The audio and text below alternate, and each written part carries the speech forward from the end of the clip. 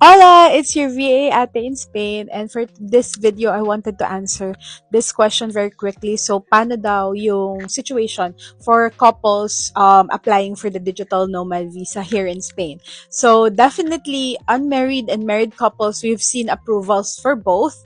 This includes, like straight couples or LGBT couples. So, definitely kahit anong type man kayo ng couple, it as long as it falls, like under the DNV, yung eligibility na at least one of you, you can definitely apply. So why I say at least one of you? So there are two ways to do it. So of course, both of you can apply as a single applicant, both kayo remote worker, you're earning, the minimum income requirement for single applicant, and ibig sabihin, pwede kayong separate application. So basically, hindi dependent sa isa't isa yung magiging approval nyo.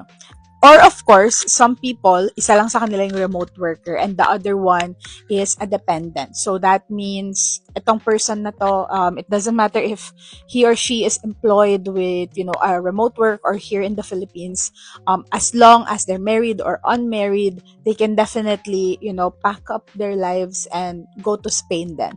So with this one, of course, you have to have proof of relationship and pakita nyo not just yung proof or like history nyo together, but also if you have like marriage certificate, they also accept MUTA online marriage certificate, for LDR couples and also sa mga LGBT couples. So definitely, it doesn't have to be that both of you are Filipino as well. So pwedeng si husband mo or si boyfriend mo or girlfriend mo is coming from a different country. So it would be a little bit more difficult, to gather all the documents. But definitely that is allowed. And I just want to also say that most of this that I talk about is on my DIY guide, which you can read for free and get for free on www.ateinspain.com.